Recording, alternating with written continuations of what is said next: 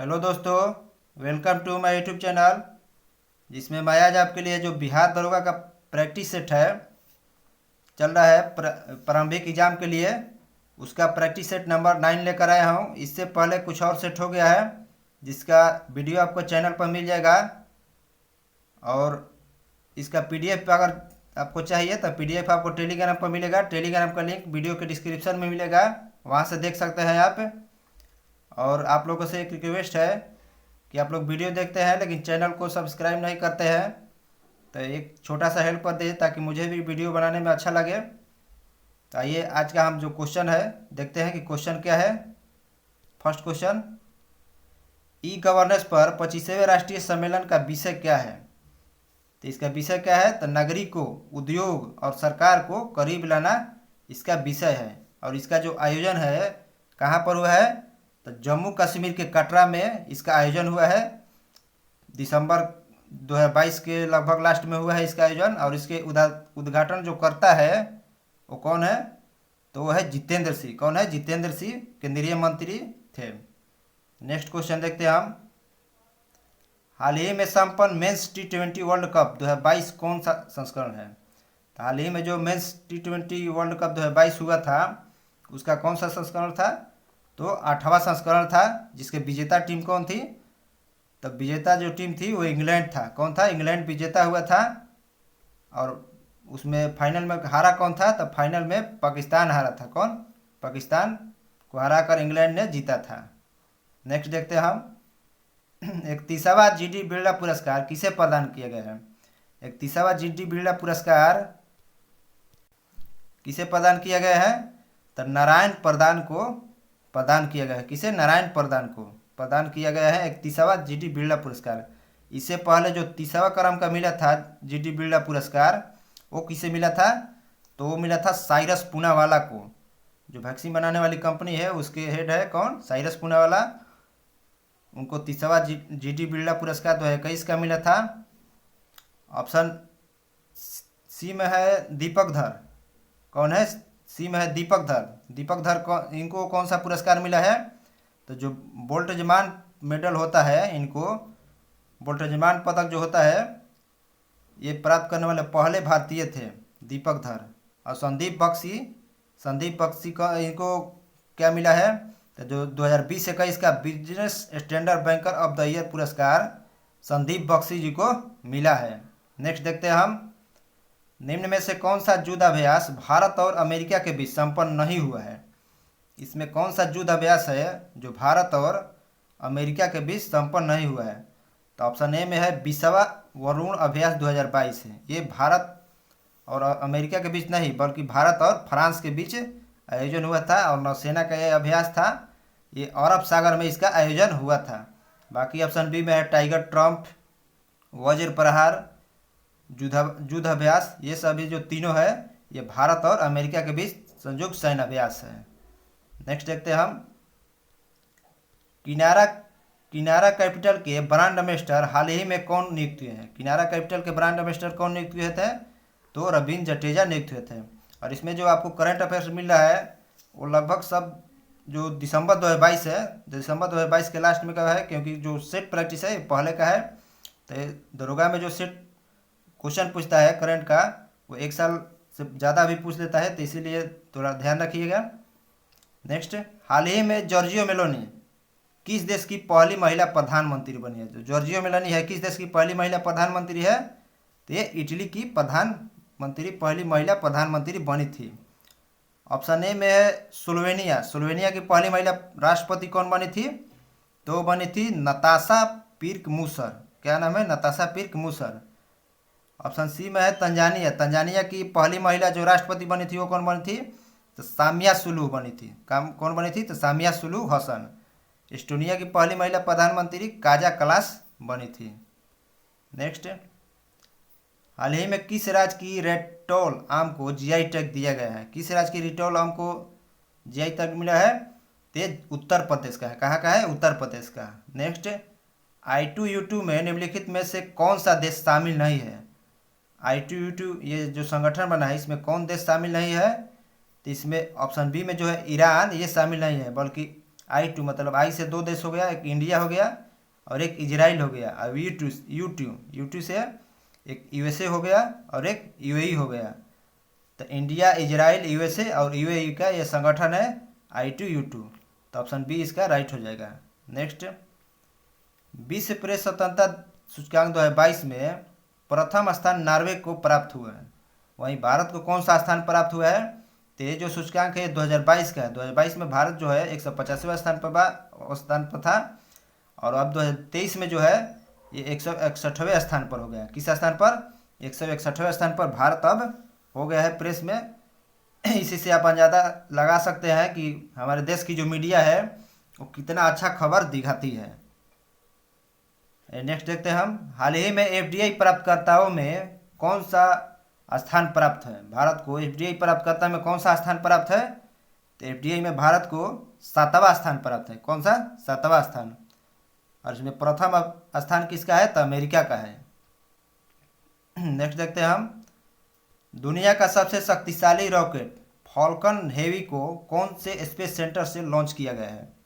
तो Falcon heavy को कौन से स्पेस सेंटर से लॉन्च किया गया है? तो स्पेस एक्स जो एलन मस्क की कंपनी है, ये अमेरिका की प्राइवेट लिमिटेड कंपनी है, जिसके द्वारा ये फॉल्कन हेवी जो रॉकेट है इसको लॉन्च किया गया है। नेक्स्ट देखते हैं हम, समानता दिवस किस तिथि को मनाया जाता है? समानता दिवस किस तिथि को मनाया जाता है? तो 14 अप्रैल को मनाया जाता है। ये किसके सम्मान में मनाया जाता है? तब भीमराव अंबेडकर जी के जन्म के रूप में समानता दिवस मनाया जाता है। नेक्स्ट, हाल ही में गांधी एंड द चंपारण सत्याग्रह नामक पुस्तक के लेखक कौन है? तो इसके लेखक कौन है? तो सुरजन दास है। कौन है? सुरजन दास इसके लेखक है। गीतांजलि श्री ऑप्शन बी में दिया है। इसके लेखक कौन है? ये गीतांजलि जो श्री है, इनका नाम है। और ये किस पुस्तक के लेखक है? तो टॉम ऑफ सैंड के लेखक गीतांजलि श्री है। ऑप्शन ए में है जे सिंह। ये किस पुस्तक के लेखक है? तो the McMahon line a century of discord. क्या इनका पुस्तक का नाम है? तो the McMahon line a century of discord. और जो मैकमोहन लाइन है किसके बीच है? तो भारत और चाइना के बीच है, जो अरुणाचल प्रदेश में है। ऑप्शन सी में है राम बहादुर राय। ये किस पुस्तक के लेखक है? तो इनका प्रमुख पुस्तक कौन है? तो भारतीय संविधान अनकही कहानी, राम बहादुर। नेक्स्ट देखते हैं हम, फसल विविधीकरण सूचकांक का उपयोग करने वाला देश का पहला राज्य कौन है? तो फसल विविधीकरण का उपयोग करने वाला देश का पहला राज्य जो है तेलंगाना है। नेक्स्ट, भारत का पहला अमृत सरोवर वाला राज्य कौन है? भारत का पहला अमृत सरोवर वाला राज्य कौन है? तो है यूपी। नेक्स्ट, निम्नलिखित विकल्प में से घर्षण बल के बारे में कौन सा है जो असत्य दिया है? तो ऑप्शन ए में है लोटनिक घर्षण बल का मान सबसे कम और स्थैतिक घर्षण का मान सबसे अधिक होता है। तो सही है। ऑप्शन बी में है दो सतहों के बीच लगने वाला घर्षण बल उनके संपर्क क्षेत्रफल पर निर्भर करता है। तो ये गलत है, क्योंकि उसके क्षेत्रफल पर नहीं बल्कि उसके प्रकृति पर निर्भर करता है। ऑप्शन सी में है ठोस सतहों के मध्य घर्षण अधिक हो और वायु ठोस सतहों के बीच घर्षण कम होता है। तो इसका भी जो ऑप्शन है ये सही दिया है। सही नहीं, ये गलत दिया है। क्या दिया है? गलत दिया है। ये ठोस दिया है। तो क्वेश्चन क्या बोला है कि ठोस सतहों के मध्य घर्षण अधिक होता है और वायु ठोस सतहों के बीच घर्षण कम होता है। तो इसमें असत्य पहचानना है। तो ये भी सही है। तो असत्य इसमें कौन सा हो जाएगा? तो ऑप्शन बी नंबर असत्य हो जाएगा, क्योंकि जो घर्षण है वो क्षेत्रफल पर निर्भर नहीं करता है, बल्कि वो सतह की प्रकृति कैसी है, कि मतलब रुखरा है या चिकना है, उस पर निर्भर करता है। नेक्स्ट, पहली बार वायुमंडलीय दाब की गणना किए थे। पहली बार जो वायुमंडलीय दाब की गणना वो कौन किए थे? तो वान ग्यूरिंग ने किए थे। कौन? वान ग्यूरिंग ने वायुमंडलीय दाब की गणना किए थे। और ऑप्शन बी में है स्टोक्स कौन है?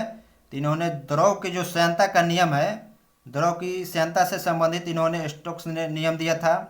ऑप्शन सी में है 14। 14 ने क्या किया था, तो जो टोरिसेली थे बैरोमीटर के आविष्कारक, इन्होंने बैरोमीटर में कुछ और सुधार किया था। और जो बैरोमीटर है वो क्या करता है, तो बैरोमीटर वायुमंडलीय दाब को मापता है। नेक्स्ट देखते हैं हम, ताप बढ़ने पर अपेक्षिक आर्द्रता का मान क्या होता है। ताप बढ़ेगा तो जो अपेक्षिक आर्द्रता है उसका मान क्या होता है, तो बढ़ता है। और अपेक्षिक आर्द्रता को किसके द्वारा मापा जाता है, तो हाइग्रोमीटर नामक यंत्र से मापा जाता है। और अगर ताप बढ़ेगा तो अपेक्षिक आर्द्रता बढ़ता है, और तापमान घटेगा तो अपेक्षित आर्द्रता घट जाता है। नेक्स्ट, प्रकाश की तरंग सिद्धांत किसने दिया था। प्रकाश का तरंग जो सिद्धांत है इसको किसने दिया था, तो इसको हाइजेन ने दिया था। न्यूटन ने किसका सिद्धांत दिया था, तो प्रकाश का जो कणिका सिद्धांत है न्यूटन ने दिया था। थॉमस यंग ने प्रकाश का व्यतिकरण का सिद्धांत दिया था, और मैक्सवेल ने प्रकाश का विद्युत चुंबकीय सिद्धांत दिया था। नेक्स्ट, निम्नलिखित किन दो रंगों को आपस में मिलाने पर सफ़ेद रंग प्राप्त होता है। तो नीला और पीला रंग को मिलाने पर सफ़ेद रंग आपको प्राप्त होगा। एक होता है ऑप्शन बी में है क्या, लाल हरा। लाल हरा मिलाइएगा तो इससे कौन सा रंग प्राप्त होगा, तो इससे जो रंग प्राप्त होगा वो पीला प्राप्त होगा। कौन सा, पीला। ऑप्शन ए में है लाल नीला। लाल नीला को मिलाइएगा तो पीकॉक नीला प्राप्त होगा। कौन सा, पीकॉक नीला। लाल और नीला को मिलाइएगा तो प्राप्त होगा। और प्राथमिक रंग कौन कौन होता है, तो लाल हरा नीला को प्राथमिक रंग कहा जाता है, और पीला मैजेंटा और पीकॉक नीला को द्वितीयक रंग कहा जाता है। नेक्स्ट, कैथोड किरणों के संबंध में कौन सा विकल्प असत्य दिया है। कैथोड किरण के संबंध में कौन सा विकल्प इसमें असत्य दिया है, तो कैथोड किरण इसमें ऑप्शन ए में दिया है कि धनावेशित होती है। तो ये गलत यह है, क्योंकि कैथोड जो किरणें होती है वो ऋण आवेशित होती है। कैसी होती है, ऋण आवेशित होती है। तो ऑप्शन ए हमारा सही हो जाएगा। नेक्स्ट देखते हैं हम, निम्न में से कौन सा मात्रक जड़त्व आघूर्ण का है। जड़त्व आघूर्ण का मात्रक कौन सा है, तो जो जड़त्व आघूर्ण का मात्रक है वह कौन, तो किलोग्राम वर्ग मीटर। कौन है, किलोग्राम वर्ग मीटर जड़त्व आघूर्ण का मात्रक है। और ऑप्शन ए में दिया है न्यूटन प्रति कूलम। न्यूटन प्रति कूलम किसका मात्रक है, तो ये विद्युत क्षेत्र तीव्रता का है। बी में है न्यूटन प्रति मीटर। ये किसका मात्रक है, तो पृष्ठीय तनाव का मात्रक है। ऑप्शन डी में है जूल प्रति किलोग्राम। यह किसका मात्रक है, तो गुप्त ऊष्मा की मात्रा जूल प्रति किलोग्राम है। नेक्स्ट, रेडियोधर्मिता मापी जाती है। रेडियोधर्मिता किसके द्वारा मापी जाती है, तो गीगर मूलर काउंटर द्वारा मापी जाती है। नेक्स्ट, ऊष्मा ऊर्जा को यांत्रिक ऊर्जा में बदलता है। ऊष्मा ऊर्जा को यांत्रिक ऊर्जा में कौन बदलता है, तो इंजन बदलता है। कौन सा, इंजन बदलता है। अब देखे होंगे जहाँ पर कोयला से विद्युत उत्पादन होता होगा तो क्या होता है, ऊष्मा से वो क्या होता है, पंखी चलता है, उसके बाद जो इंजन होता है, इंजन चलेगा तब बिजली पैदा होता है। तो ऊष्मा ऊर्जा को यांत्रिक ऊर्जा में कौन बदलता है, तो इंजन बदलता है।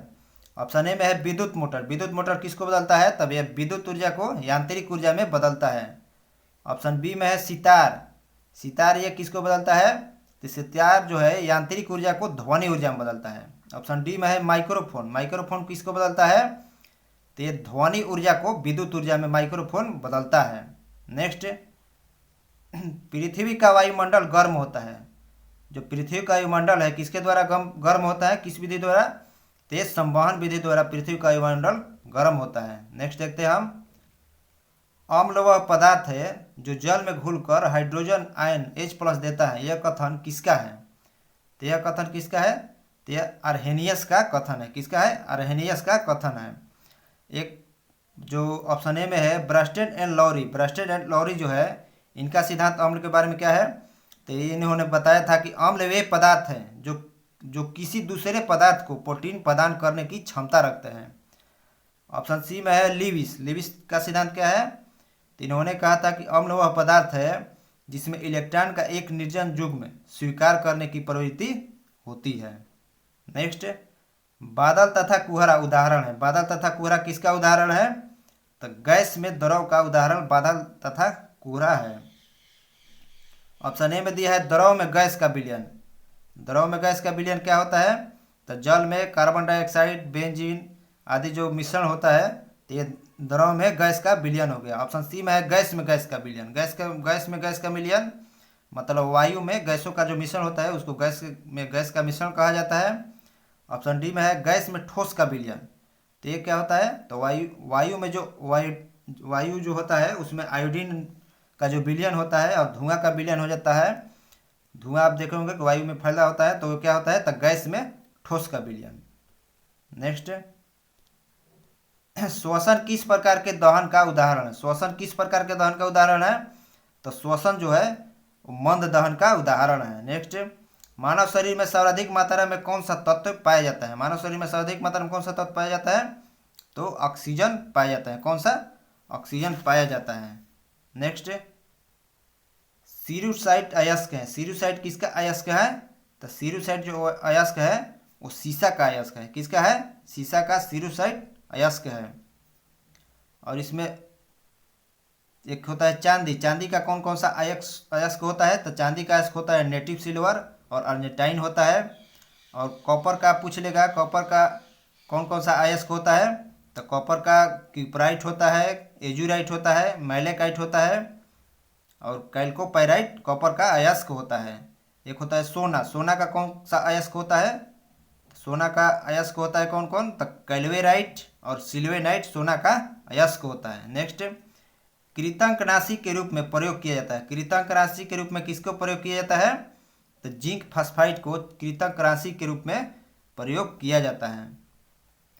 नेक्स्ट, मानव लार में स्टार्च को ग्लूकोज में परिवर्तित करने में निम्न में से कौन सा एंजाइम सहायक होता है? तो मानव जो मानव लार है उसके स्टार्च को ग्लूकोज में परिवर्तित करने में जो एंजाइम प्रयोग किया जाता है वह कौन है? तो टाइलिन एंजाइम है। कौन है? Ptyalin enzyme. ऑप्शन ए में है लैक्टिक बेसिली। मतलब लैक्टिक बेसिली ये किसको परिवर्तित करता है? तो दूध से लैक्टिक अम्ल बनाने में प्रयुक्त लैक्टिक बेसिली करता है। दूध से दही बनाने में लैक्टिक अम्ल का प्रयोग किया जाता है। और जो ग्लूकोज है, ग्लूकोज से एथिल अल्कोहल बनाने में कौन सा एंजाइम प्रयोग किया जाता है? तो जाइमेज एंजाइम का प्रयोग किया जाता है ग्लूकोज से एथिल अल्कोहल बनाने में। और जो अग्नाशय में प्रोटीन होता है, अग्नाशय में प्रोटीन को एमिनो अम्ल में अपघटित करने के लिए कौन सा एंजाइम का प्रयोग किया जाता है? तो ट्रिप्सिन एंजाइम का प्रयोग किया जाता है। नेक्स्ट, निम्न में से कौन सा एरोमेटिक यौगिक नहीं है? कौन सा है जो एरोमेटिक यौगिक नहीं है? तो जो एसिटिलीन है वो एरोमेटिक यौगिक नहीं है। एसिटिलीन जो है वो कैसा है? तो एसिटिलीन एक एलिफैटिक समूह का यौगिक है। किस समूह का? तो एलिफैटिक समूह का यौगिक है। और जो एलिफैटिक समूह होता है इसके अंतर्गत कौन कौन आता है? तो इसके अंतर्गत संतृप्त और जो असंतृप्त हाइड्रोकार्बन होता है इसके अंतर्गत आता है। नेक्स्ट देखते हैं हम, बहुलीकरण के संदर्भ में निम्न में से कौन सा विकल्प असत्य दिया है? बहुलीकरण के संदर्भ में कौन सा विकल्प जो है असत्य दिया है? तो इसमें कार्बन परमाणु का नया बंधन बनता है। ये जो है ऑप्शन बी गलत दिया है। बाकी यह एक उत्क्रमणीय अभिक्रिया है, ये सही है। इसमें एक ही प्रकार के अणु परस्पर संयोग करते हैं, ये भी सही है। तो ऑप्शन बी हमारा राइट हो जाएगा। नेक्स्ट, तरंग यांत्रिकी सिद्धांत का खोजकर्ता कौन है? तरंग यांत्रिकी सिद्धांत के खोजकर्ता कौन है? तो है डी ब्रोगली। कौन है? डी ब्रोगली है। ऑप्शन बी में हुंड्स दिया है। हुंड्स ने इसने किसका खोज किया था? तो अधिकतम जो बहुलता का सिद्धांत होता है इसका खोज हुंड्स ने किया था। और बोर सिद्धांत किसने दिया था? तो नील्स बोर ने दिया था। अपवर्जन सिद्धांत किसने दिया था? तो पाउली ने दिया था। नेक्स्ट, सर्वप्रथम कोशिका का विभाजन किसने किया था? कोशिका का विभाजन सर्वप्रथम किसने किया था? तो व्हाइटमैन ने किया था। किसने? व्हाइटमैन ने सर्वप्रथम कोशिका का विभाजन किया था। और जो केंद्रक का विभाजन सर्वप्रथम किसने किया था? तो केंद्रक का विभाजन सर्वप्रथम स्किनेडर ने किया था, जो ऑप्शन ए में दिया है। और जो सर्वप्रथम अर्धसूत्री शब्द का प्रयोग वो किसने किया था? अर्धसूत्री शब्द का प्रयोग सर्वप्रथम किसने किया था? तो फार्मर एवं मूरे ने अर्धसूत्री शब्द का प्रयोग किया था।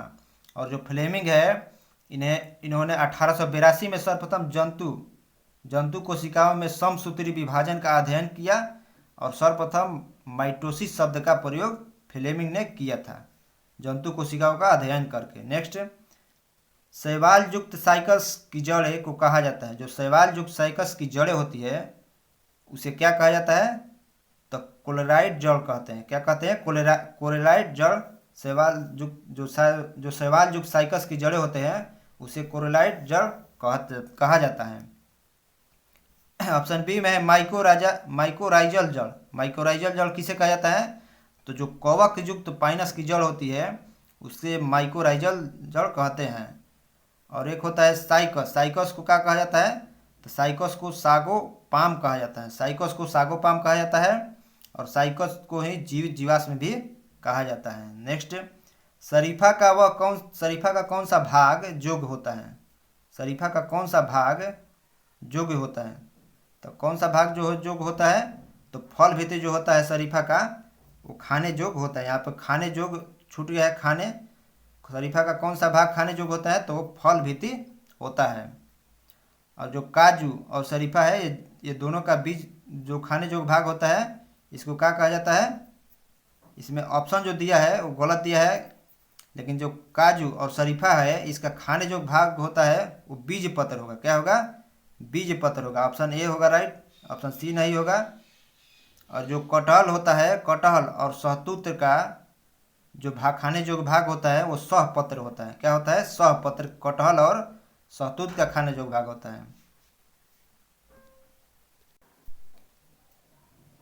नेक्स्ट, अवायवीय श्वसन की पूरी क्रिया कहाँ पर होती है? जो अवायवीय श्वसन है उसकी पूरी क्रिया जो होती है वो कहाँ पर होती है? तो कोशिका द्रव में होती है। कहाँ पर होती है? कोशिका द्रव में अवायवीय श्वसन की पूरी क्रिया होती है। नेक्स्ट, बीज रहित फल के उत्पादन में कौन सा हार्मोन सहायक होता है? तो ऑक्सिन जो हार्मोन है वो सहायक होता है। नेक्स्ट देखते हैं हम, बिल्ली किस प्रकार की उपभोक्ता का उदाहरण है? बिल्ली जो है वो किस प्रकार की उपभोक्ता का उदाहरण है? तो द्वितीयक प्रकार के उपभोक्ता का उदाहरण है, क्योंकि बिल्ली मांस खाती है तो इसीलिए द्वितीय प्रकार का उदाहरण है। मांस भी खाती है और भोजन भी मतलब खाती है तो इसीलिए द्वितीय प्रकार का उदाहरण है, मतलब मनुष्य के जैसा है। नेक्स्ट, ओबिलिया किस संघ के जंतु है? ओबिलिया किस संघ के जीव है? तो जो ओबिलिया है वो किस संघ के जीव है? ये है निडेरिया के संघ। निडेरिया संघ के जीव जो है ओबिलिया है। कौन है? ओबिलिया निडेरिया संघ के जीव है। एक होता है पोरीफेरा संघ। पोरीफेरा संघ में कौन कौन होता है? तो साइकस होता है, हाइलोनेमा होता है और यूप्लेकटेला होता है, स्पंजिला होता है। ये सब पोरीफेरा में आता है। और एक होता है निडेरिया संघ। निडेरिया संघ में कौन कौन आता है? तो हाइड्रा आता है, एनिमोन आता है, हाइड्रा, सी एनिमोन, पेनाटुला, ये सब निडेरिया संघ के आता है। और उसके बाद एक होता है एनेलिडा। ऑप्शन सी में जो है एनेलिडा, इसके अंतर्गत कौन कौन आता है? तो इसके अंतर्गत आता है केचुआ, जोंक और नेरिस जो होता है एनेलिडा संघ के अंतर्गत आता है। नेक्स्ट, वह आयन जो रुधिर प्लाज्मा में उपस्थित नहीं होता है। कौन जो है रुधिर प्लाज्मा में उपस्थित नहीं होता है? तो जो कॉपर है वो रुधिर प्लाज्मा में उपस्थित नहीं होता है, बाकी सोडियम, मैग्नीशियम और कैल्शियम उपस्थित होता है। नेक्स्ट देखते हैं हम, डिओडेनम भाग में डिओडेनम किसका भाग है? तो जो डिओडेनम है या किसका भाग है? तो डिओडेनम आपको छोटी आंत का भाग है। किसका? छोटी आंत का डिओडेनम भाग है। नेक्स्ट, मिलियोडोसिस क्या है? मिलियोडोसिस क्या है? तो मिलियोडोसिस संक्रामक रोग है। क्या है? संक्रामक रोग मिलियोडोसिस है। नेक्स्ट, रानी झांसी ट्रॉफी का संबंध किस खेल से है? रानी झांसी ट्रॉफी का जो संबंध है वो किस खेल से है? तो क्रिकेट से है। किससे है? क्रिकेट से संबंधित है रानी झांसी ट्रॉफी का संबंध है। और कुछ हम ट्रॉफी देख लेंगे। हॉकी से कौन कौन सा संबंधित है? हॉकी से संबंधित बेटन कप है, रंगास्वामी कप है, आगा खा कप है, Begum Rasul trophy, Dhyanchand trophy, Wellington trophy, ये सभी हॉकी से संबंधित है। और एक होता है ऑप्शन डी में दिया है पोलो। पोलो से कौन कौन सा संबंधित है? Ezra cup, Prithvipal Singh cup और राधा मोहन कप, ये सभी पोलो से संबंधित है। ऑप्शन सी में है टेबल टेनिस। टेबल टेनिस से कौन सा संबंधित है? तब बर्ना ब्लैक कप पुरुषों का है और एक जय लक्ष्मी कप महिला का है और एक रामानुजम ट्रॉफी, ये सभी टेबल टेनिस से संबंधित है। और क्रिकेट से ये रानी झांसी ट्रॉफी तो दिया है, और कुछ हम देख लेंगे। एक है देवघर ट्रॉफी, एक जीडी बिरला ट्रॉफी, रोहिंटन बारिया ट्रॉफी, ये सभी क्रिकेट से संबंधित है। नेक्स्ट, ब्रोकन विंग्स नामक पुस्तक के लेखक कौन है? ब्रोकन विंग्स नामक पुस्तक के लेखक कौन है? तो वो सरोजिनी नायडू जी है। नेक्स्ट, सकल राष्ट्रीय उत्पाद बराबर क्या होता है? सकल राष्ट्रीय उत्पाद बराबर क्या होता है? तो सकल राष्ट्रीय उत्पाद बराबर मूल्यह्रास प्लस निवल राष्ट्रीय उत्पाद होता है। नेक्स्ट, बैंकिंग लोकपाल किस प्रकार का प्राधिकारी होता है? जो बैंकिंग लोकपाल है या किस प्रकार का प्राधिकारी होता है? तो एक अर्ध न्यायिक प्राधिकारी होता है। कैसा होता है? अर्ध न्यायिक प्रकार जो प्राधिकारी होता है वो कौन होता है? बैंकिंग लोकपाल। और इसकी शुरुआत कब हुई थी बैंकिंग लोकपाल की योजना की? तो 14 जनवरी 1995 की इसकी शुरुआत हुई थी। और ये जो सेवा होता है ये निःशुल्क सेवा होता है। मतलब अगर बैंक में आपको साथ कुछ धोखाधड़ी हुई है तो आप अगर कोर्ट में जाते हैं तो जो बैंकिंग लोकपाल है उसका देख रेख मतलब वकीली करता है, तो क्या होता है? तो निःशुल्क होता है। नेक्स्ट, राजकोषीय घाटा शब्द का सर्वप्रथम प्रयोगकर्ता कौन है? राजकोषीय घाटा का सर्वप्रथम प्रयोगकर्ता जो है वो कौन है? तो मनमोहन सिंह है। कौन? मनमोहन सिंह। नेक्स्ट, सात शील व्रतों का उल्लेख है। सात शील व्रतों का उल्लेख जो है वो किस में है? तो जैन धर्म से संबंधित है। सात शील व्रतों का उल्लेख किससे संबंधित है? तो जैन धर्म से संबंधित है। वो सात शील व्रत कौन सा है? तो दिग्व्रत, देश व्रत, अनर्थ दंड, सामयिक, ये सभी जो है ये सात शील व्रतों में आता है जैन धर्म का। नेक्स्ट, कौटिल्य के अर्थशास्त्र के अनुसार मौर्यकालीन न्याय व्यवस्था में निम्नलिखित न्यायालय अस्तित्व में था। तो जो कौटिल्य के अर्थशास्त्र है इसके अनुसार जो मौर्यकालीन में न्याय व्यवस्था था उसमें जो न्यायालय का अस्तित्व में कौन था? तो इसका जो ऑप्शन दिया है, ऑप्शन क्या हो जाएगा? न्यायालय के कौटिल्य के अर्थशास्त्र में न्यायालय के बारे में कौन सा था? तो वो था कौन? तो एक धर्मस्थायी था और एक कंटक शोधक था। कौन? धर्मस्थायी और कंटक शोधक था, जो ऑप्शन नंबर डी में हमारा राइट हो जाएगा। नेक्स्ट, पृथ्वी व्यया प्रथम वीर उपाधि थी। पृथ्वी व्यया प्रथम वीर उपाधि किसकी थी? तो यह किसकी उपाधि था? तो समुद्रगुप्त का था। किसका था? समुद्रगुप्त का। नेक्स्ट, गंगवंश की राजधानी थी। गंगवंश की राजधानी कहाँ थी? तो तलकाड थी। गंगवंश की राजधानी कहाँ थी? तलकाड थी। एक है कदम वंश के संस्थापक। कदम वंश के संस्थापक जो थे मयूर शर्मन, इसकी राजधानी कहाँ थी? तो कदम वंश के संस्थापक मयूर शर्मन की राजधानी बनवासी थी। यादव वंश के संस्थापक जो बिलफ फाइट थे, इनकी राजधानी कहाँ थी? तो देवगिरी थी। तो यादव वंश की राजधानी देवगिरी हो जाएगा। और होयसल वंश के संस्थापक कौन थे? तो विष्णुवर्धन थे। इनकी राजधानी कहाँ थी? तो इनकी राजधानी हेलीवीड थी। कहाँ थी? हेलीवीड इनकी राजधानी थी। और जो गंग वंश है इनका राजधानी कहाँ हो गया? तो ये तलकाड हो गया। नेक्स्ट, संगम युगीन साहित्य लिखा गया। संगम युग जो साहित्य है वो लिखा गया है किस शैली में लिखा गया है? संगम युग जो साहित्य तो काव्य शैली में लिखा गया है। नेक्स्ट, चोल काल के वेलाल थे। चोल काल के जो वेलाल होते थे वो क्या थे? तो बड़े भूस्वामी थे। जो चोल काल में जो बड़े भूस्वामी थे उनको किस नाम से जाना जाता था? तो उन्हें बेलाल के नाम से जाना जाता था। और चोल काल के जो व्यापारी होते हैं उन्हें व्यापारी थे उनको किस शब्द का उनके लिए मतलब किस शब्द का प्रयोग किया जाता था? तो वेनिगर। क्या? वेनिगर। और जो दस्तकार वर्ग थे उनके लिए पुलयन शब्द का प्रयोग किया जाता था। नेक्स्ट, निम्नलिखित में से सत्य कथन की पहचान करना है कि कौन इसमें सत्य है। तो सल्तनतकालीन सैन्य व्यवस्था का शुभारंभ इल्तुतमिश के शासनकाल में होता है। सही है। बलबन के समय सल्तनत की सेना को हसम ए क्लब या क्लब ए सुल्तानी कहा जाता था। ये जो दिया है कि ये किस शासक के समय कहा जाता था? तो ऑप्शन बी में जो दिया है बलबन के समय, ये बलबन के समय नहीं बल्कि ये इल्तुतमिश के समय के ही जो सेना था उसको हसम ए क्लब या क्लब ए सुल्तानी कहा जाता था। तो ऑप्शन 2 गलत दिया है, ऑप्शन ए राइट दिया है। तो ऑप्शन ए सही हो जाएगा। नेक्स्ट, औरंगजेब के काल में हिंदू मंदिरों और पाठशालाओं को तोड़ने का कार्य किस अधिकारी को दिया गया था? तो किस अधिकारी को दिया गया था? तो मुहतसिब को दिया गया था। किसको? मुहतसिब को दिया गया था। और एक होता है ऑप्शन ए में दिया है मीर बख्शी। मीर बख्शी कौन था? तो ये सेना का सर्वोच्च अधिकारी होता था जिसके पास दीवान अरिज मतलब सेना का सर्वोच्च, सेना विभाग को क्या कहा जाता था? तो दीवान अरिज कहा जाता था। तो दीवान अरिज का जो समस्त अधिकार है ये मीर बख्शी के पास ही होता था। किसके पास? मीर बख्शी के पास। और एक है वजीर, ऑप्शन बी में दिया है वजीर। वजीर क्या था? तो वजीर इसको ही दीवान भी कहा जाता था।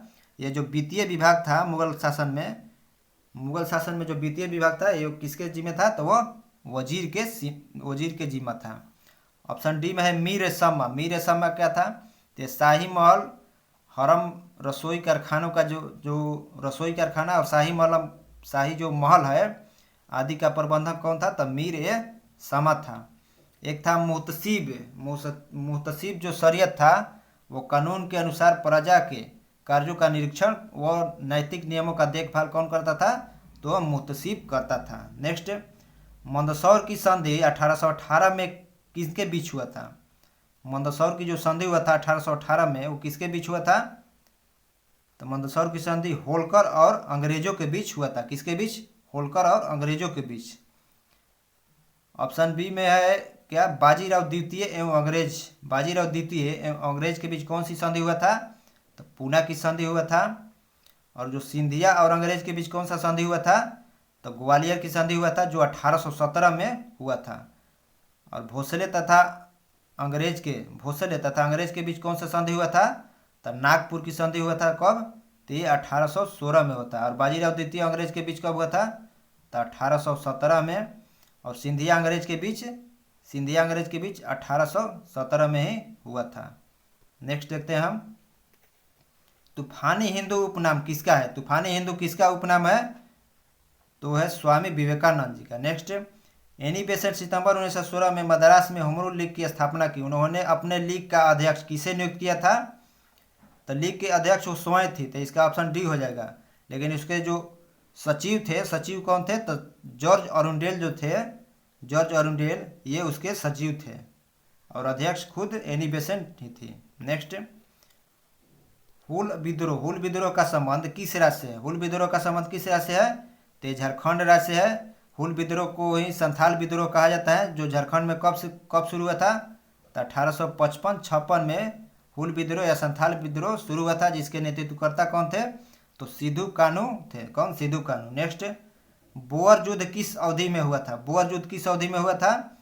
तो बोअर युद्ध हुआ था 1899 और 1902 में हुआ था। ये कहाँ पर हुआ था? तो दक्षिण अफ्रीका में हुआ था जिसमें गांधी जी ने लोगों की मतलब चिकित्सा सेवा दिया था। इसीलिए गांधी जी को ब्रिटिश सरकार द्वारा 1915 में कौन सी उपाधि दी गई थी?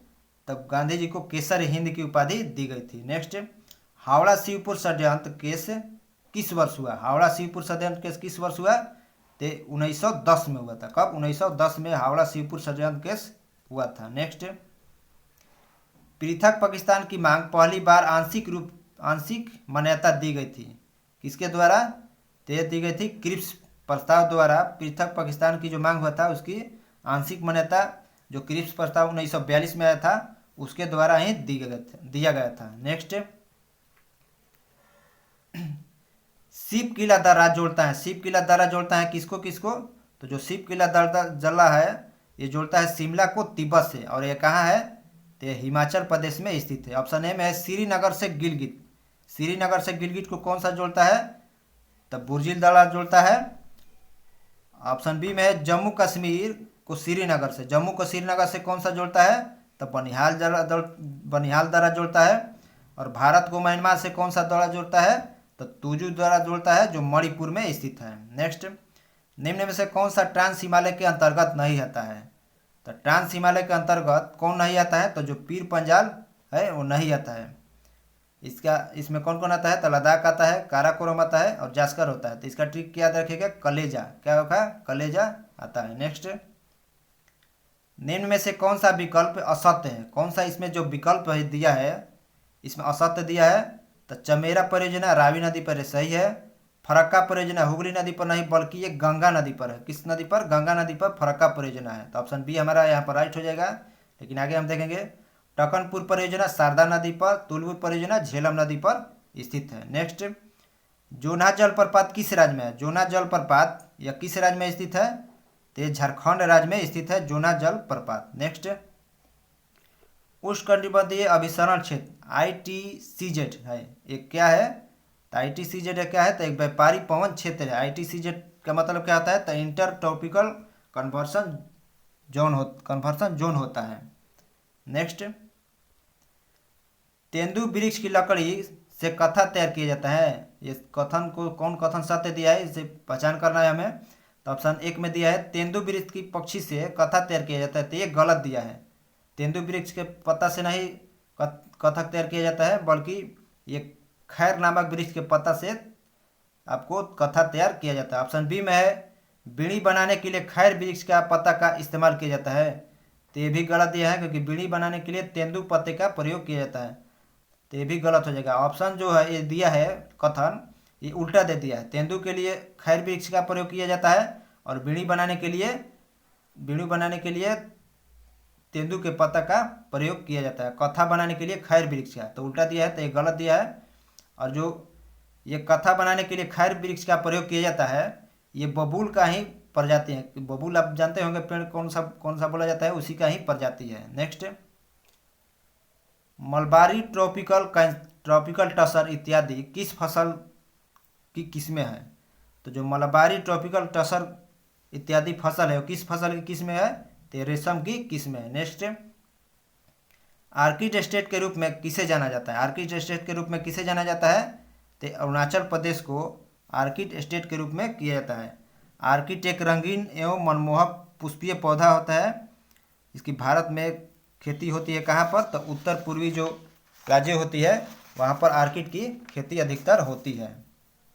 और खासकर किस राज्य में? तो अरुणाचल प्रदेश में अधिकतर, अरुणाचल प्रदेश, सिक्किम और हिमाचल प्रदेश में अधिकतर होता है। नेक्स्ट, भारत का सबसे बड़ा कोयला खनन क्षेत्र कौन सा है? भारत का सबसे बड़ा कोयला खनन क्षेत्र वो दामोदर घाटी निगम है। नेक्स्ट, देश की पहली बार जनसंख्या नीति की घोषणा कब की गई थी? देश की पहली बार जनसंख्या नीति की जो घोषणा हुई थी वो 1976 में हुई थी।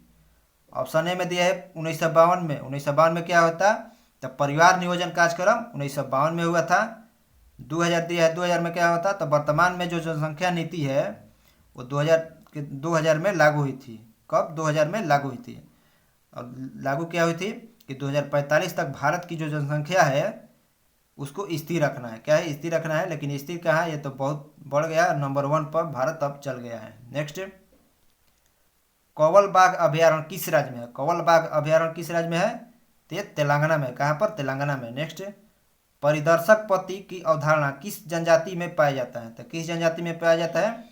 तो नायर जनजाति में पाया जाता है। नेक्स्ट, पढ़ियारी किस राज्य का लोक नृत्य है? पढ़ियारी किस राज्य का लोक नृत्य है? तो ये गुजरात का है। नेक्स्ट, विश्व का सबसे बड़ा ओलिव रिडले कछुआ प्रजनन स्थल कहाँ पर है? तो ये कहाँ पर है? तो भीतरकनिका नेशनल पार्क में है। और भीतरकनिका नेशनल जो पार्क है कहाँ पर है? ये उड़ीसा में है। ऑप्शन बी में है ओरंग नेशनल पार्क, ये कहाँ पर है? तो असम में है। डाचीग्राम जम्मू कश्मीर में। और पेंच कहाँ पर है? तो ये मध्य प्रदेश में है। नेक्स्ट, सीमा सड़क संगठन की स्थापना बीआरओ की स्थापना कब हुई थी?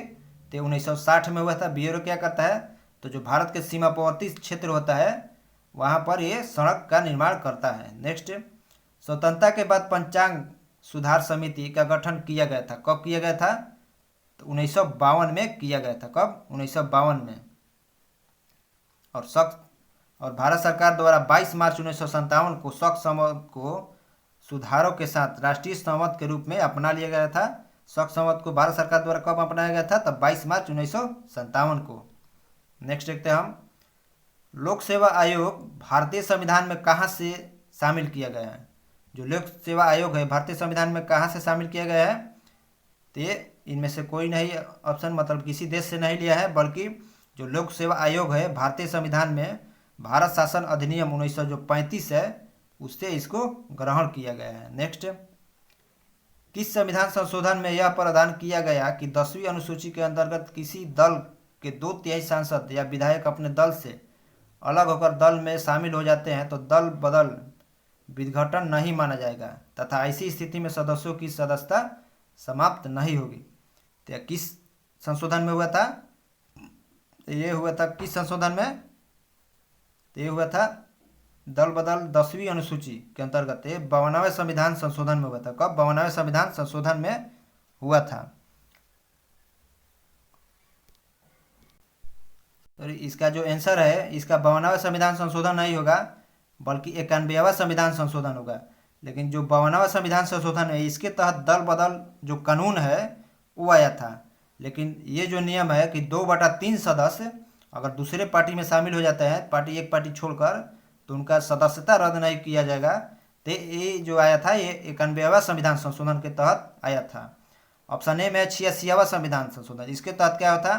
तो शिक्षा को मूल अधिकार श्रेणी में लाया गया था। पहले यह शिक्षा नीति निर्देशक तत्व सिद्धांत के था, और नीति निर्देशक जो तत्व है उसके अनुच्छेद 45 में था, जिसमें 6 से 14 वर्ष के बच्चों को निःशुल्क शिक्षा देना अब जो है मौलिक अधिकार हो गया है। और अब ये जो है ये 21 के क में आ गया है। कब? 21 के अनुच्छेद 21 के क में हो गया है। और अनुच्छेद जो 45 है उसमें क्या है? तो उसमें जो 0 से 6 वर्ष के बच्चे हैं उनको निःशुल्क शिक्षा देना अनिवार्य है।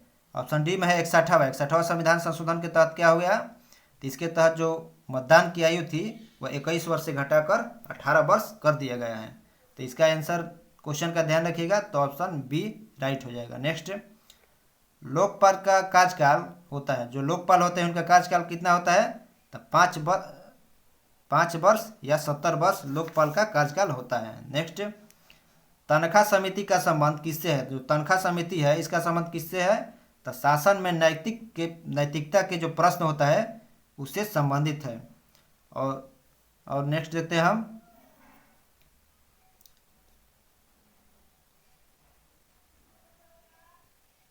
सॉरी कितना का नंबर क्वेश्चन क्या था कि तनख्वाह समिति जो है इसका संबंध किससे है? तो इसके इसका नंबर ऑप्शन जो है बी हो जाएगा, क्योंकि जो चुनाव कानून एवं चुनाव सुधार से जुड़े जो मामले होते हैं उसका संबंध किससे था? तो तनख्वाह समिति जो कब आया था? तो 2010 में आया था। कब? 2010 में आया था। नेक्स्ट, अनुसूचित जातियों एवं जनजातियों को विधानसभा में आरक्षण किस अनुच्छेद के तहत दिया जाता है? तब विधानसभा में आरक्षण अनुच्छेद 332 के तहत दिया जाता है। ऑप्शन ए में है अनुच्छेद 330। इसमें क्या है? तो लोकसभा में जो अनुसूचित जाति और जनजाति है उनको आरक्षण है। अनुच्छेद 131 में क्या है? तो 131 में जो आंग्ल भारतीय समुदाय को 2 को राष्ट्रपति मनोनीत करते हैं उसको अनुच्छेद 331 में रखा गया था, लेकिन अब ये निरस्त कर दिया गया है। अनुच्छेद 335 में क्या है? तो इसमें जो अनुसूचित जाति और जनजाति एवं पिछड़े वर्ग है उनके पदों के आरक्षण का प्रावधान किया गया है। नेक्स्ट, योजना आयोग के प्रथम उपाध्यक्ष कौन थे? योजना के प्रथम उपाध्यक्ष गुलजारीलाल नंदा थे। और प्रथम अध्यक्ष कौन थे? तो उस वक्त जो प्रधानमंत्री होंगे जवाहरलाल नेहरू जी थे, वो थे इसके अध्यक्ष। और वर्तमान में इसको क्या कर दिया गया है? योजना आयोग को 1 जनवरी 2015 से इसको नीति आयोग कर दिया गया है। कब से? 1 जनवरी 2015 से इसे नीति आयोग कर दिया गया है। और इसके वर्तमान अध्यक्ष कौन है? तब वर्तमान जो अध्यक्ष है जो हमारे प्रधानमंत्री नरेंद्र मोदी जी है वो है। और उपाध्यक्ष कौन है? तो सुमन बेरी जी है। कौन? सुमन बेरी उपाध्यक्ष है। नेक्स्ट, मूल संविधान में सर्वोच्च न्यायालय में कुल कितने न्यायाधीशों का प्रावधान किया गया था? तो सर्वप्रथम कितने न्यायाधीशों का प्रावधान किया गया था? तो 8 न्यायाधीश। वर्तमान में कितना है? तो 33+1 मतलब 34 न्यायाधीश है, एक मुख्य न्यायाधीश और 33 अन्य न्यायाधीश। नेक्स्ट, वित्त आयोग कैसी संस्था है? वित्त आयोग जो है वो कैसी संस्था है? तो एक सलाहकारी है, एक अर्धन्यायिक है और संवैधानिक, तीनों है। वित्त आयोग कैसी संस्था है? तो सलाहकारी, अर्धन्यायिक और संवैधानिक तीनों है। और किस आर्टिकल में है? तो आर्टिकल 280 में वित्त आयोग का चर्चा है। नेक्स्ट, भारतीय संविधान के अंतर्गत अनुच्छेद 120 का प्राधिकार प्रदान करता है। अनुच्छेद 120 का प्राधिकार क्या प्रदान करता है? तो अनुच्छेद 120 के तहत संसद में प्रयोग की जाने वाली भाषा का प्रावधान किया गया है। विधानमंडल की भाषा किस आर्टिकल में है? तो यह है 210 में। किसमें? 210 में है। न्यायालय में प्रयोग की जाने वाली भाषा किस आर्टिकल के तहत प्रयोग किया जाता है? तो 348 के तहत न्यायालय में, विधानमंडल में 210 और संसद में 120। नेक्स्ट, फास्ट ट्रैक कोर्ट का गठन किसके सिफारिश पर हुआ था? फास्ट ट्रैक कोर्ट का जो गठन है वो किसके सिफारिश पर हुआ था? तो हुआ था वित्त आयोग के सिफारिश पर। और वित्त आयोग के जो 11वां वित्त आयोग था, उसके सिफारिश पर फास्ट ट्रैक कोर्ट का उद्घाटन हुआ था। नेक्स्ट, राष्ट्रपति के उम्मीदवार के लिए क्या आवश्यक नहीं है? जो राष्ट्रपति अगर बनना चाहते हैं तो उनके लिए क्या आवश्यक नहीं है? आयु 35 वर्ष हो, ये सही है। पढ़ा लिखा हो, तो ये गलत है। पढ़ा लिखा जरूरी नहीं है राष्ट्रपति बनने के लिए। संसद चुने जाने की योग्यता रखता है, तो ये सही है। देश का नागरिक हो, तो ये सही है। तो हमारा जो ऑप्शन बी है वो राइट हो जाएगा। नेक्स्ट देखते हैं हम। बताइए, इतना बड़ा पद के लिए पढ़ा लिखा जरूरी नहीं है। नेक्स्ट, निम्नलिखित राष्ट्रपतियों को उनके कार्यकाल के अनुसार व्यवस्थित करिए। तो ऑप्शन ए में दिया है ज्ञानी जैल सिंह। इनका कार्यकाल कब से कब था? तो इनका कार्यकाल 1982 से 87 था। और के आर नारायण का कार्यकाल कब से कब था? तो 1997 से 2002 था। कब? 2002 तक था के आर नारायण का। नीलम संजीव रेड्डी, इनका कब से कब कार्यकाल था? तो 1977 से 1982 इनका कार्यकाल था। आर वेंकटरमन, इनका कार्यकाल 1987 से 1982 इनका कार्यकाल था। कब से? 87 से 82। तो इसमें जो ऑप्शन है इसको क्रम में सजाना है कि मतलब कौन पहले थे और उसके बाद कौन थे। तो पहले कौन हो जाएगा? 77 से 82 नीलम संजीव रेड्डी, तो एक हो जाएगा। उसके बाद कौन हो जाएंगे? तो ज्ञानी जैल सिंह 82 से 87, पहले 4 होगा, उसके बाद 1 होगा, फिर उसके बाद कौन सा होगा? तो 87 से यहाँ पर 92 होगा, 87 से 92 आर वेंकटरमन, तो ऑप्शन 3। और उसके बाद 97 से 2002 के आर नारायण, तो ऑप्शन 2। तो 4 1 3 2, 4 1 3 2 किस ऑप्शन में है? तो ऑप्शन बी में राइट दिया है। नेक्स्ट, भारतीय संविधान के भारतीय संविधान के अनुच्छेद 25 में प्रयुक्त हिंदू शब्द किसे सम्मिलित नहीं करता है? तो हिंदू शब्द जो है किसे सम्मिलित नहीं करता है? तो पारसियों को नहीं करता है। नेक्स्ट, छत्तीसगढ़ का निर्माण किस राज्य की विधानसभा से हुआ है? तो ये मध्य प्रदेश से ही हुआ है, क्योंकि छत्तीसगढ़ मध्य प्रदेश से ही अलग होकर राज्य बना था। नेक्स्ट क्वेश्चन मैथ आ गया, ये मैं हिंट कर दे रहा हूँ, बाकी आगे बना लीजिएगा। बोल रहा है कि पहली संख्या तीसरी संख्या से 30% अधिक है। तो मान लेंगे पहली संख्या ए मान लेंगे और तीसरी संख्या हम सी मान लेते हैं। तो पहली संख्या तीसरी संख्या से 30% अधिक है, तो 10:13 हो जाएगा। फिर बोला है आगे कि दूसरी संख्या तीसरी संख्या से 40% कम है, मतलब बी जो है वो तीसरी संख्या से 40% कम है। तो ये होगा 60 और ये 100 होगा। तो कटाने के बाद 3:5 आ जाएगा। और आगे बोला है कि पहली संख्या का पहली और दूसरी संख्या के योग का अनुपात क्या होगा? तो पहली संख्या हमारा कितना है? पहले इसको बराबर करेंगे। यहाँ पर सी का मान कितना है? तो 5 आया है। तो इसको बराबर करने के लिए 2 से गुना करेंगे 10, तो 2 से उसमें गुना होगा, तो इसमें भी होगा, तो 10 ये 6 होगा। तो यहाँ पर भी सी 10 हो गया, यहाँ पर भी सी 10 हो गया, क्योंकि इसमें देखिए जो कॉमन रहता है उसको बराबर किया जाता है। तो बोल रहा है पहली संख्या का, तो पहली संख्या कितना है? 13 है।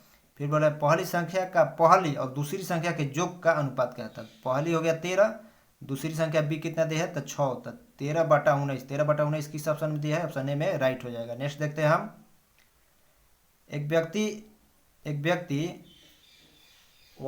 एक वस्तु की कीमत में प्रति वर्ष 20% की वृद्धि होती है। तो तीसरे वर्ष और चौथे वर्ष के अंत में इसकी कीमतों का अंतर 86.4 है। तो दूसरे वर्ष के अंत में इसकी कीमत क्या होगी? मान लीजिए पहले वर्ष 100 था, अगले वर्ष 20% वृद्धि करते हैं तो 120 आ जाएगा। 120 में फिर 20% की वृद्धि करते हैं तो 144 आ जाएगा। 144 में फिर 20% की वृद्धि अगर करेंगे आप तो 172.8 आएगा। कितना? 172.8 आएगा।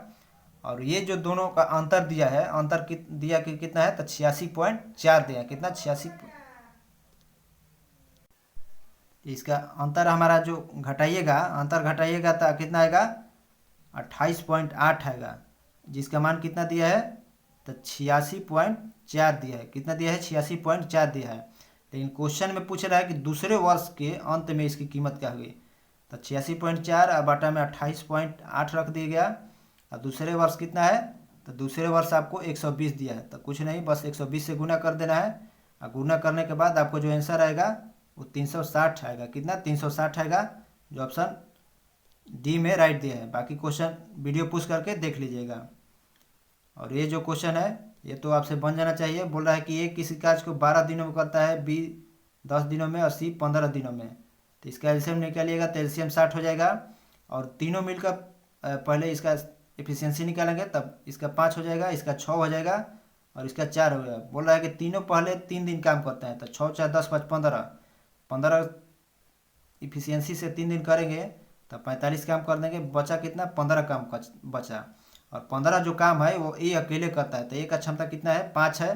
5 से करेगा ये कितना दिन में? 3 दिन में। तो 3 जो है इसका आंसर हो जाएगा। और लास्ट में पूछ रहा है कि ए अकेले शेष काम कितने दिनों में करेगा, तो 3 दिन हो जाएगा। नेक्स्ट इसमें कुछ नहीं किया है, सिर्फ जो ये दिया है इसका अर्थ ये दिया है, तब कुछ नहीं किया है, बस सिर्फ को जो अंग्रेजी का लेटर है, लेटर क्रम में सजा दिया है। जैसे यहाँ पर बी है, तब बी, उसके बाद ई आता है, उसके बाद आई आता है, उसके बाद एम ओ जेड है। तो इसको अगर सजाइएगा तो सजाने के बाद आपका आंसर ये आ जाएगा, इसको सजाने पर। नेक्स्ट देखते हैं हम। नेक्स्ट डाइस है। डाइस ये देखिए कैसे बनेगा। तो इसको बनाने के लिए कुछ नहीं करना है, ऐसे बॉक्स बना दीजिए और एक ऐसे बॉक्स। इस दोनों में कॉमन कौन है? तो कॉमन कितना है? 5 है, वो बीच में कर दीजिए। और फिर इसके बाद ये जो चला जाता है ऐसे कि या तो ऐसे चलिए क्लॉकवाइज या एंटी क्लॉकवाइज, एंटी क्लॉकवाइज या क्लॉकवाइज, कोई एक चलना है आपको। तो हम एक ही चलेंगे। कौन सा? क्लॉकवाइज, ऐसे चलेंगे। तब 5 तो हम कॉमन ले लिए है, तब 1 से स्टार्ट करेंगे। 1 लेंगे, उसके बाद 4 लेंगे। तो पहले यहाँ पर 1, उसके बाद 4, फिर इसमें 5 कॉमन हो गया है, तो इसमें 3 और 2 लेंगे। तो यहाँ पर 3 और उसके बाद यहाँ पर 2 लिख देंगे। तो पूछ रहा है कि 6 के विपरीत कौन होगा। तो ये 4 का विपरीत 2 हो जाएगा, 4 का 2 हो जाएगा और 3 का 1 हो जाएगा। तो 5 का विपरीत कौन होगा? जो इसके पीछे होगा, जो 6, जो ऑप्शन में नहीं, जो इसमें नहीं दिखाई दे रहा है वो 6 विपरीत होगा। मतलब 5 का विपरीत, 6 का विपरीत कौन हो जाएगा?